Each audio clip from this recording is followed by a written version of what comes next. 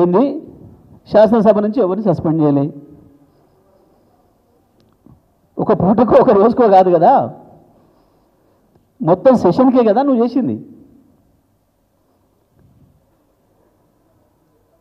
కోట్లాది మంది ప్రజలు చూసిన విషయాన్ని కూడా, అవతల రికార్డులో ఉన్న విషయాన్ని కూడా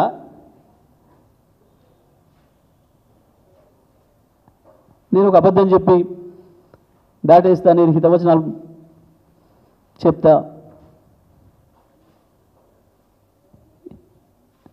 ఇంత నిస్సిగ్గుగా నిర్లజ్జగా మాట్లాడి తెలంగాణ పరువును దెబ్బతీస్తా ఉన్నావు.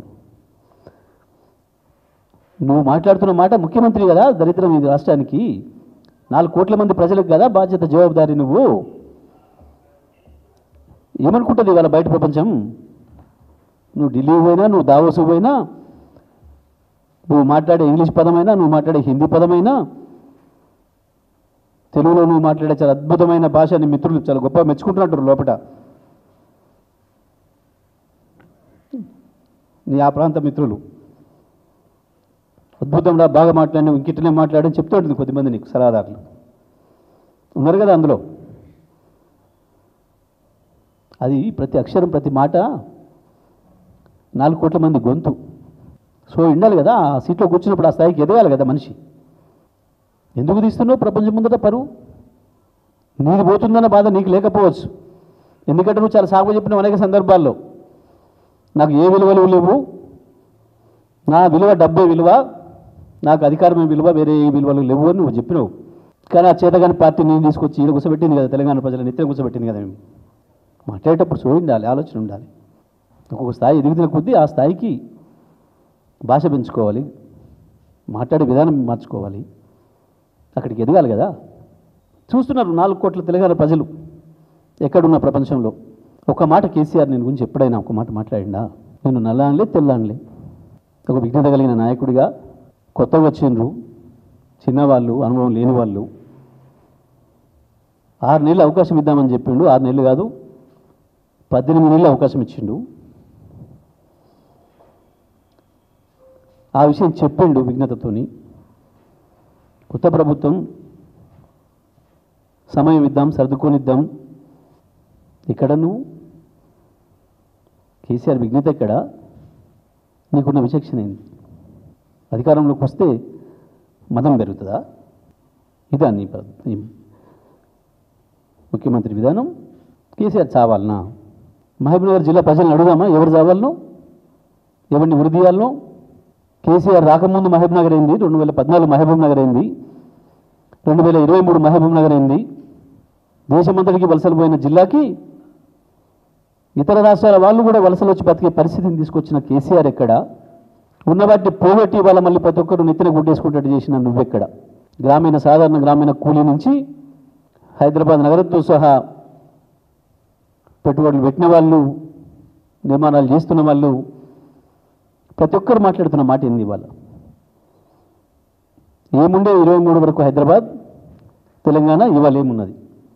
ఇదే చంద్రబాబు నీ గురువు ఏం మాట్లాడిండు? ఒకప్పుడు ఆంధ్రాలో ఎకరం భూమి అమ్మితే పోయి తెలంగాణలో 10 ఎకరాలు కొన్నాం, ఇవాళ తెలంగాణలో ఎకరం అమ్ముకొని వచ్చి మన ఆంధ్రాలో 100 ఎకరాలు కొంటున్నారు అని చెప్పిన చంద్రబాబు నాయుడు గారు ఇవాళ ఏమంటుండ్రు?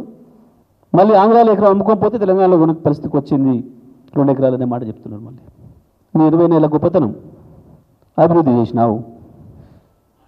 దీంట్లో తెలంగాణ తలసరి ఆదాయం పెంచడంలో అభివృద్ధి చేసినావా?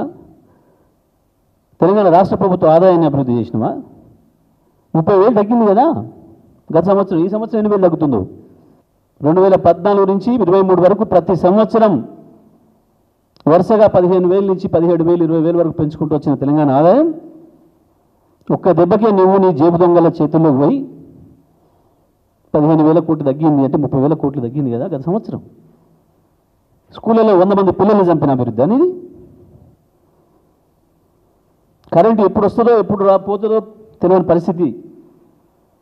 మళ్ళీ పేలిపోతున్న మోటార్లు, కాలిపోతున్న మోటార్లు, పేలిపోతున్న ట్రాన్స్ఫార్మర్లు.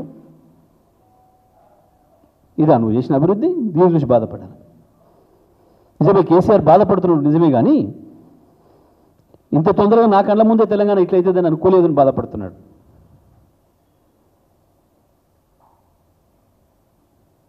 సరే నేను ఒక దారి ఏర్పాటు చేసిన 10 ఏళ్ళు ఆ దారిలోనే నడుస్తుంది కదా తెలంగాణ అనుకున్నాడు.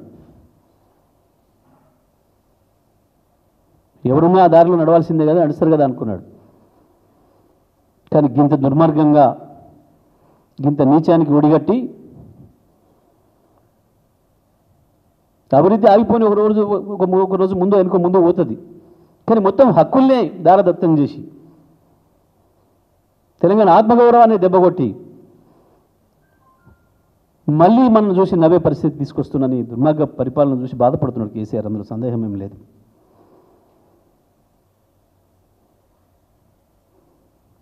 నిజమే నువ్వు అన్నట్టు నీ అభివృద్ధిని చూసి కేసీఆరే కాదు తెలంగాణ బాధలు అందరూ బాధపడుతున్నారు.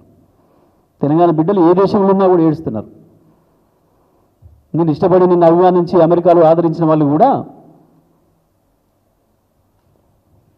అయ్యో ఎందుకు ఇచ్చినాం మనం మద్దతు అని చెప్పి బాధపడుతున్నారు. ఇవాళ